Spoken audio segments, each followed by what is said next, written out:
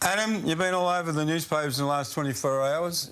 Have I? Yeah, a couple of questions on that. We know on this show how much you love your wife, and we know how much you love your daughter. We've been with you when you had the birth, not at the birth, but days after, and everything, mate. And we know what your family means to you. Now, for Kimmy to go up north and take Bub with her and to play Super Netball, first question: how long has this decision been made? And B, did you have to make a decision whether to stay at Collingwood or move north? Yeah, you've definitely, both of you know how much Kim and Georgie mean to me. Firstly, I've never considered going anywhere, and I never would. I'm a contracted player at the Collingwood Football Club, and there's a reason why I moved to Victoria to play for Collingwood. So I'm contracted.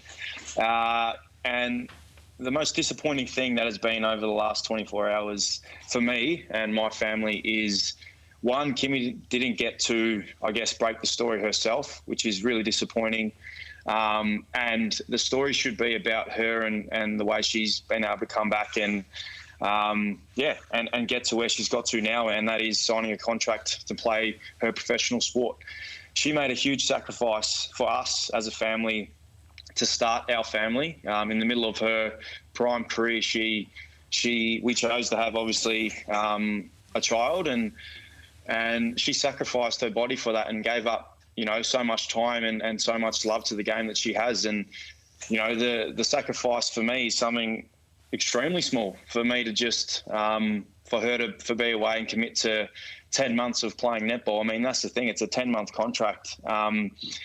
Realistically, Kim probably has 2-3 years of really good netball in her, because we want to keep going with our family. So never in my mind did I ever consider going anywhere. And like I said, I'm a contracted player, Robbo.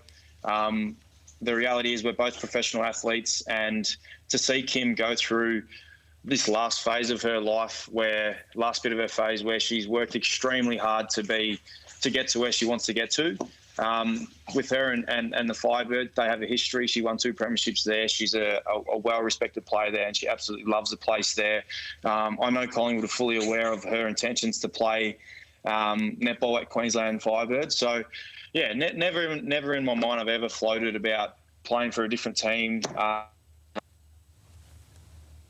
And this is the reason why I'm here, to play for Collingwood. And I feel like we're in a great window, and we've had success the last 3 years. Obviously, we haven't won a premiership, which is what I want to win, but I still think that's the goal, and that's the plan, and that's realistic for us at the Footy Club. So to answer your question, Robbo, no, I never considered going anywhere, and I just wish that the story was more about Kim and how awesome it is that she's back playing. So how much do you admire her, Adam?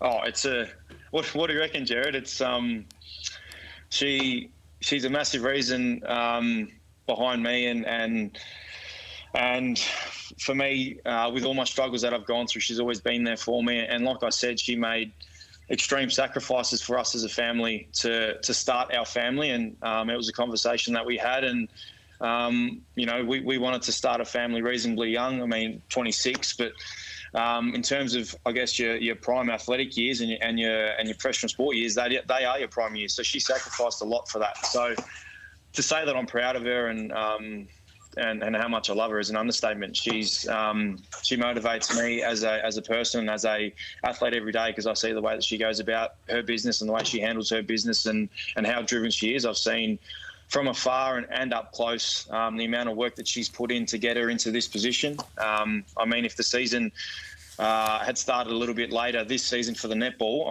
I would have had no doubt she would have somehow managed to get a contract there, because yeah, she's worked her backside off to get to the position that he is, and that she's in. And like I said, I kind of wish that was the story. I wish that was the story and nothing else. So with that as the backdrop, Adam, how are you braced for how difficult the logistics of family life and mixing sport are going to be?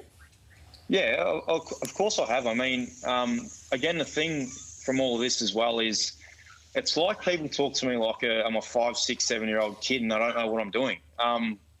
Obviously, it wasn't an overnight decision. It was something that we'd spoke about for a long time. The realistic nature of netball is that there's not as many professional teams in Victoria, well, in the competition for that. There's only 2 professional teams in Victoria, and we just couldn't find a way to get, I guess, a spot there. And like I said, she has a connection with the Firebirds that she's had for a long time.